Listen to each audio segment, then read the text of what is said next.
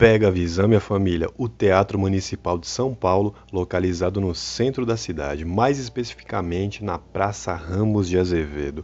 Foi aqui no teatro que aconteceu em 1922 a Semana de Arte Moderna de 1922. 100 anos depois estamos aqui para falar de funk. Mas peraí, o que uma coisa tem a ver com outra? Para responder, vamos refletir um pouquinho. O Teatro Municipal teve sua arquitetura inspirada na Ópera de Paris. É o lugar da música clássica, do balé, do teatro, da dança, das artes clássicas de modo geral. Resumindo as ideias, meu parceiro, historicamente, espaços como o Teatro Municipal são usados pela branquitude para afirmar a sua superioridade cultural. Mas calma que a gente está aqui para favelar e empretecer o Teatro Municipal. E aí já temos o primeiro ponto em comum. A nossa presença no Teatro Municipal 100 anos depois representa uma mudança de paradigma, uma mudança no jeito de pensar. Chega de adorar a cultura de homens brancos da Europa, cristãos, de uma sociedade heteronormativa monogâmica capitalista. E por falar em cristão, admirar só essas formas de existir no mundo são os 7 pecados de hoje.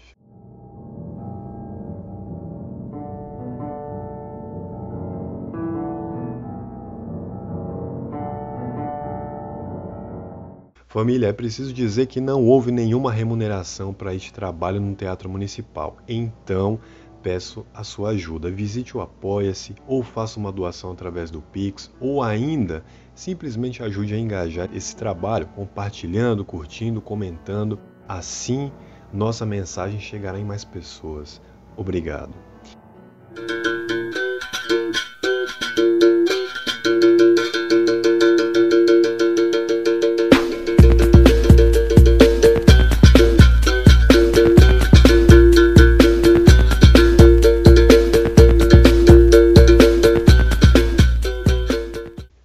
Anos depois, é o funk no Teatro Municipal. Ah, yeah! Eu só quero é ser feliz, andar tranquilamente na favela onde eu nasci, e poder me orgulhar e ter a consciência que o pobre tem seu lugar. Salve, salve geral! Eu sou o Thiago, também conhecido como Thiagson, eu sou pesquisador musical do funk. E a gente vai falar um pouquinho sobre esse tema. Mas antes, vamos olhar mais um pouquinho para a Semana de Arte Moderna de 1922 para entender a relação de uma coisa com a outra. Hoje, a gente sabe que muitos significados foram dados à Semana de Arte Moderna só depois dela. O evento não foi tão grande. A grandiosidade e importância foram sendo atribuídas com o tempo. Houve uma construção social em cima da Semana de Arte Moderna. Uma construção que serviu depois dos anos 40 a propósitos nacionalistas, propósitos políticos. Estudos recentes têm mostrado que as tendências modernistas não estavam apenas em São Paulo ou no Rio de Janeiro, mas espalhadas no Brasil inteiro. De qualquer forma, seja falando da Semana de Arte Moderna ou falando do que falaram dela, nosso trabalho foi baseado em documentos escritos. Até há pouco tempo, a música artística brasileira viveu divorciada da nossa entidade racial. Essa é a frase que inaugura o ensaio sobre a música brasileira, escrito por Mário de Andrade em 1928. Mário de Andrade fala de uma música feita por compositores brasileiros da música de concerto que nada tem a ver com uma sonoridade realmente brasileira. Curiosamente, quase 100 anos depois da Semana de Arte Moderna de 1922, as preocupações que a gente tem hoje são muito parecidas. A gente tem, por exemplo, uma valorização cada vez mais da cultura do Brasil real, da cultura periférica, do funk, por exemplo. Cada vez mais nas universidades a gente está querendo debater e pensar sobre essa música, que é apenas um modelo de muitas manifestações que ficaram de fora de grandes círculos de produção de conhecimento, como a própria universidade. Mário fala de 2 mundos separados que não conversam. Mais de 100 anos depois ainda vejo essa cisão de mundos. A música que eu estudei em conservatório e faculdade tem muito pouco em comum com as músicas que a maioria da população brasileira consome. Lendo essa frase de Mário, eu logo penso no hino nacional. Será que esse tipo de música e até letra representa a maioria preta da população brasileira? Eu confesso que o hino nacional brasileiro me faz ouvir um Brasil que tenta a todo custo ser branco, mas, felizmente, não consegue.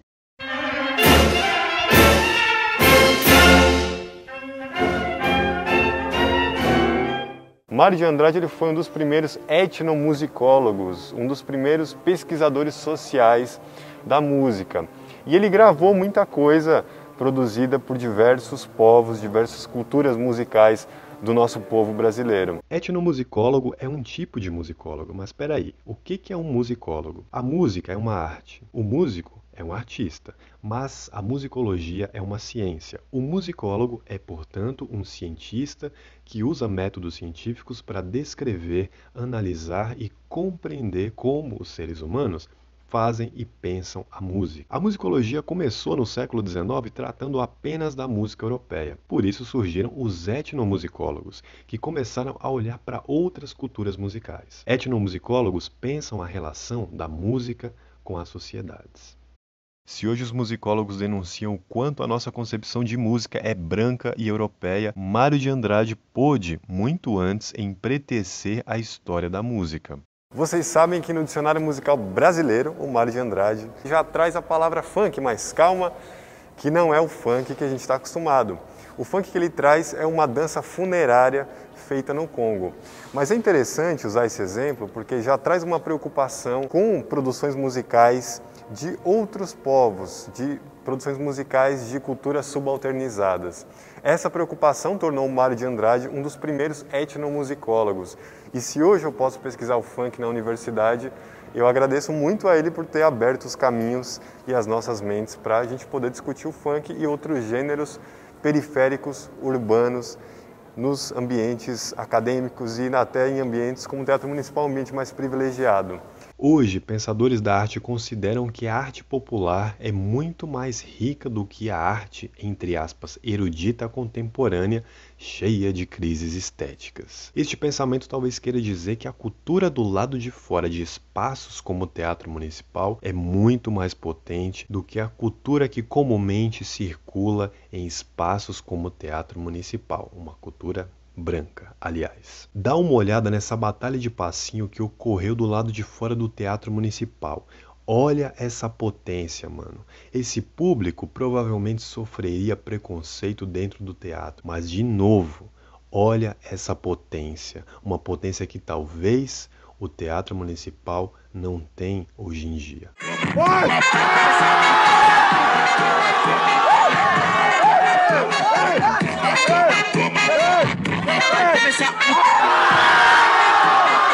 Muito obrigado, Mário de Andrade. Viva então a nova Semana de Arte Moderna, a nova Semana do Funk e do Bailão de 2022. Vem comigo.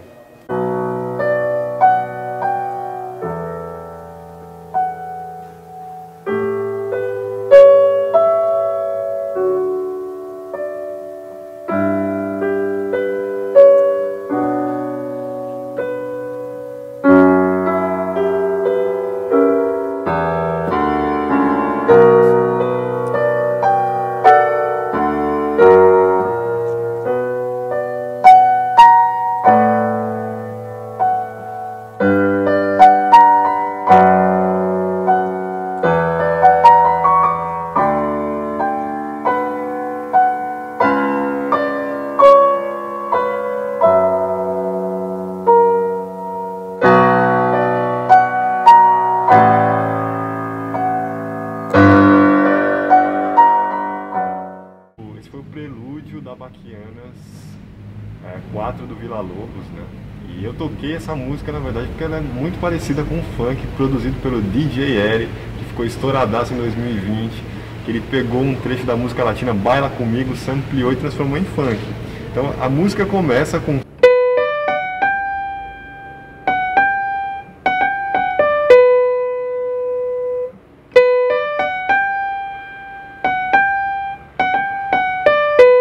é assim, ó.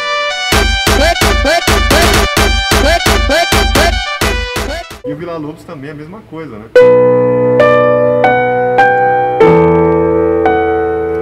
Curiosamente, Inicialmente, né, como eu falei, o DJ pegou essa melodia de uma música latina, Baila Comigo. E o Villa-Lobos pegou essa melodiazinha de uma obra do Bach.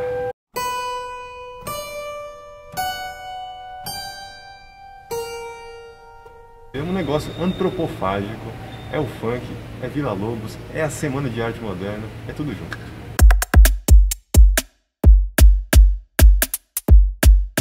A primeira produção de funk feita no Brasil é o LP DJ Malboro Lança Funk Brasil, um LP de funk produzido pelo DJ Malboro que foi feito em 1989. De lá pra cá, de 89 pra cá, o funk mudou muito. Pesquisas atuais têm colocado em dúvida a posição do DJ Malboro na história do funk. De fato, não dá pra negar a importância do trabalho de Malboro, mas em muitos comentários o DJ se coloca numa posição de criador de uma cultura da qual ele apenas fazia parte. O funk é um movimento coletivo e não uma criação individual. Outro ponto é a cor da pele de Malboro, um cara branco se apresentando como criador de uma cultura predominantemente preta. Certamente a cor da pele deu certas vantagens a Malboro.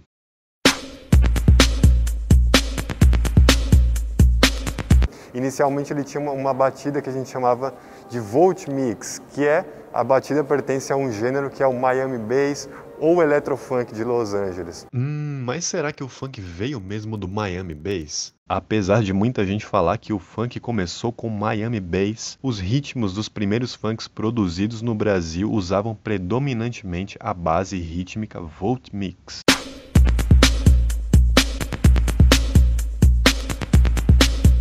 Curiosamente, essa batida não vem do Miami Bass e nem foi produzida em Miami, mas em Los Angeles. Por isso, é chamada de Electrofunk de Los Angeles. Essa base foi criada pelo DJ Battery Brain na música 808 Beat Apella Mix, que foi a segunda faixa do disco 8 Volt Mix, de 1988. DJ Battery Brain é o nome artístico de Mark Rogers. Logo no início que o funk começou a ser produzido aqui no Brasil, essas batidas americanas, esses ritmos feitos em uma bateria eletrônica, já começaram a trazer elementos da cultura afro-brasileira. O som do berimbau, por exemplo, a conga.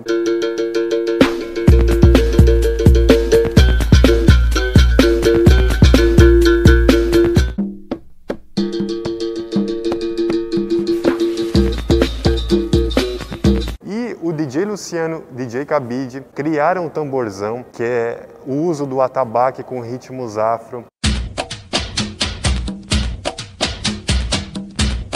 No começo dos anos 2000, a gente ainda via uma mistura do Volt Mix, do Miami Bass, do Electrofunk, com o tamborzão. Tô mandando um beijinho pra filhinha e pra vovó. Só não posso esquecer da minha eguinha pocotó, pocotó, pocotó, pocotó, pocotó, minha eguinha pocotó. Mais tarde veio o beatbox, que é uma síntese vocal do som do tamborzão. Quem não lembra do beatbox do Catra?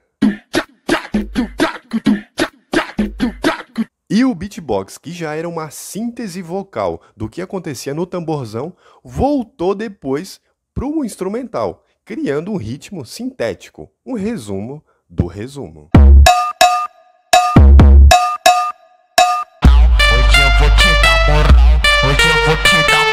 Até a coisa começar a se tornar cada vez mais esse som afro da clave gan do maculelê que a gente ouve nos bailes de rua hoje.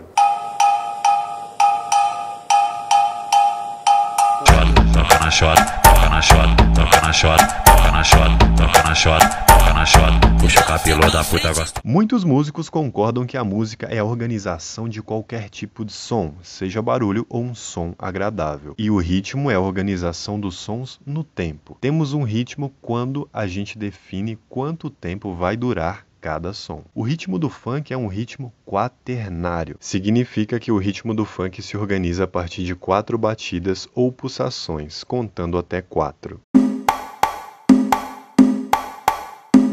1, 2, 3, 4. 1, 2, 3, 4. Esse ritmo está muito presente em músicas da costa oeste do continente africano, que foi justamente de onde escravizados que foram roubados do continente africano vieram. E isso explica a semelhança do funk com ritmos dançantes do oeste africano.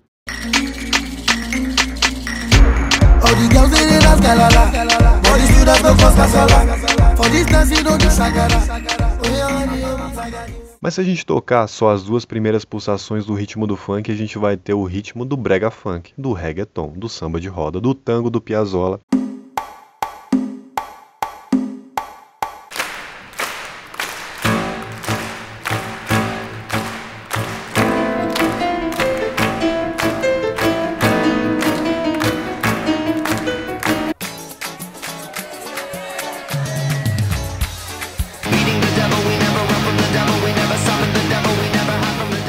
Esse ritmo de raiz afro foi e é incorporado em muitos tipos de música até hoje. Tá também no heavy metal e até na música de um cantor que é quase transparente de tão branco.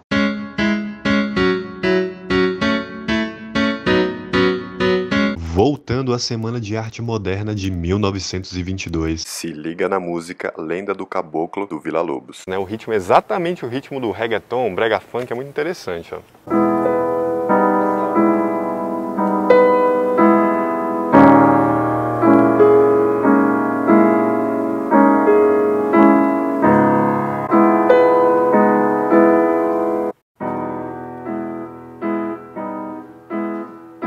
É um brega funk, talvez. Vamos pegar, por exemplo, a Alma Brasileira.